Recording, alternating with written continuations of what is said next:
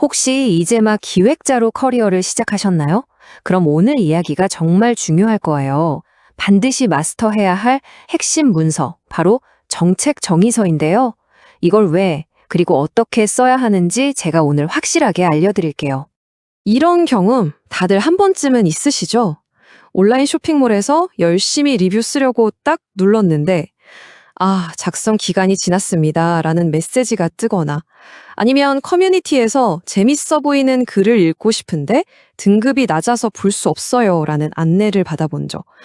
왜 안 되는 거야 하고 좀 답답하셨을 텐데요. 바로 그 답답함 뒤에 사실은 웹사이트를 움직이는 보이지 않는 규칙, 즉 정책이라는 게 숨어 있습니다.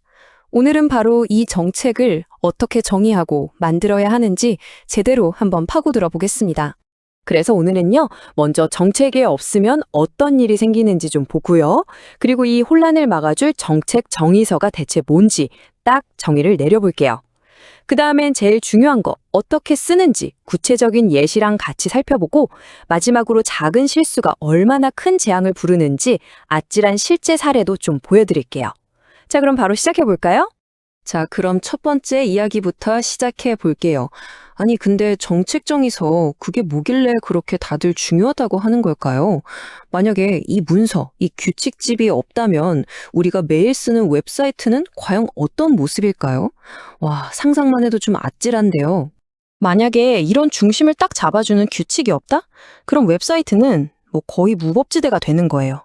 어떤 사람은 되고 저 사람은 안 되고 기준이 계속 바뀌니까 사용자들은 혼란스럽죠. 담당자가 바뀌기라도 하면 기준이 또 흔들려서 완전 우왕좌왕하게 되고요.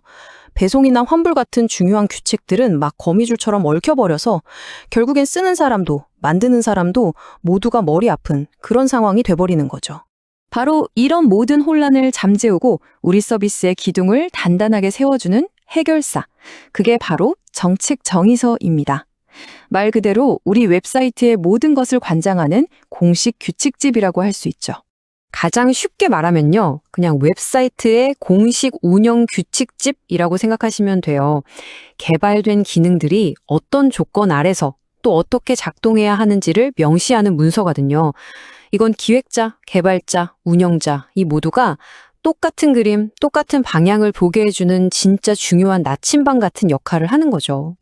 자, 여기서 진짜 중요한 포인트를 하나 짚고 넘어가야 돼요. 바로 기능이랑 정책은 완전히 다른 거라는 점이에요. 예를 들어 기능 정의서는 우리 사이트는 회원가입 기능이 있습니다 라고 그냥 무엇을 할 수 있는지 알려주는 거라면요. 정책 정의서는 자, 근데 회원가입하려면 아이디는 뭘로 하고 비밀번호는 최소 몇 자 이상이어야 해요. 처럼 그 기능에 대한 구체적인 규칙을 정하는 거예요. 그래서 코드를 줄 때도 F는 펑션, P는 폴리시 이렇게 구분해서 관리하면 나중에 헷갈릴 일이 없겠죠? 자, 그럼 이제 제일 궁금해하실 부분이죠. 그래서 그거 어떻게 쓰는 건데 바로 실전으로 들어가 보겠습니다. 신입 기획자분들 지금부터 집중해 주세요. 잘 만든 정책 정의서에는 보통 이 네 가지가 꼭 들어가요. 첫째, 각각의 정책을 구별할 수 있게 고유한 코드를 주고요. 둘째, 상품 구매 정책처럼 큰 영역을 정책명으로 정해요. 셋째, 그 아래에 포인트 사용 같은 세부 항목을 두는 거죠. 그리고 마지막으로 내용 부분에 누가 읽어도 이 말이구나 하고 바로 이해할 수 있게 아주 명확하고 구체적으로 규칙을 딱 적어주는 겁니다. 이게 핵심이에요. 말로만 하면 좀 헷갈리니까 실제 예시를 한번 볼까요?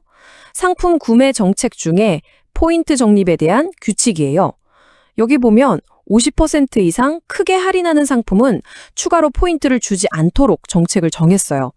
왜 이렇게 하냐면 이미 크게 할인해서 파는데 포인트까지 막 주면 우리 회사가 손해를 보잖아요. 바로 이런 비즈니스적인 판단을 지켜주는 규칙이 되는 거예요. 적립을 했으니까 이제 쓰는 것도 규칙을 정해야겠죠? 이것도 마찬가지예요. 할인을 많이 하는 상품에는 포인트 사용을 제한해서 손실을 막는 거죠. 이렇게 구체적인 조건을 딱 정해두면요. 나중에 담당자가 바뀌든 갑자기 누가 물어보든 전혀 헷갈릴 일이 없는 거죠. 기준이 명확하니까요. 특히 이렇게 회원 등급별로 권한이 복잡하게 나뉘는 경우 있잖아요. 이런 건 글로 줄줄 쓰는 것보다 지금 보시는 것처럼 표 하나로 딱 정리하는 게 훨씬 깔끔하고 보기 좋아요. 어떤 등급의 회원이 뭘 할 수 있고 뭘 할 수 없는지 한눈에 그냥 들어오잖아요. 자, 지금까지 정책 정의서가 왜 필요하고 어떻게 쓰는지 알아봤어요. 생각보다 별거 아니네? 싶으실 수도 있는데, 절대 아니에요. 지금부터는 이 작업이 왜 정말 신중해야 하는지 실제 있었던 아찔한 사례들을 보면서 그 무게를 한번 느껴보시죠. 이거 진짜 실제로 있었던 일인데요. 한 기업이 일단 빨리 유료 회원을 늘리고 싶었던 거죠. 그래서 무료 회원을 일정 기간이 지나면 유료로 자동으로 전환시키는 정책을 실행했어요. 단기적인 성과에만 너무 집중했던 거예요. 그 결과가 어땠을까요? 정말 끔찍했습니다. 법적인 검토를 제대로 하지 않고 진행한 이 정책 때문에 회사는 결국 영업정지라는 아주 강력한 처분을 받게 됐어요. 네, 정책 하나 잘못 만들었다가 사업 전체가 그냥 멈춰버린 그런 사건이었어요. 이것뿐만이 아니에요. 또 다른 회사가 있었는데 포인트를 현금으로 바꿔주는 아주 파격적인 정책을 내세웠죠. 근데 문제는 이 정책의 허점을 이용해서 사용자들이 한순간에 포인트를 현금으로 바꿔갈 거라는 걸 예측을 못한 거예요. 결국 어떻게 됐냐면 정말 눈 깜짝할 사이에 5억 원이라는 어마어마한 돈이 회사에서 그냥 빠져나가 버린 거죠. 그러니까 핵심은 바로 이거예요. 정책을 만들 땐 진짜 모든 경우의 수를 다 생각해 봐야 한다는 거. 예를 들어 100만 원 이상 구매 시 무료 배송이라는 아주 흔한 정책이 있다고 쳐요. 어떤 고객이 100만 원짜리 노트북을 샀어요. 이건 뭐 가볍고 작으니까 배송비 아마 안 들죠. 회사 입장에선 이득이에요. 자, 그런데 다른 고객이 100만 원어치 생수를 주문했다면요? 상상만 해도 무겁죠?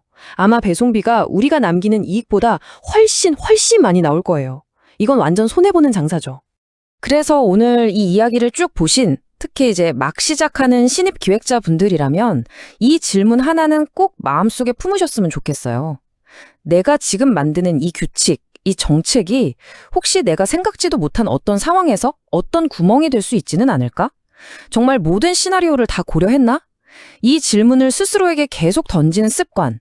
바로 그게 여러분을 그냥 기획자가 아니라 정말 일 잘하는 기획자로 만들어 줄 거라고 저는 확신합니다.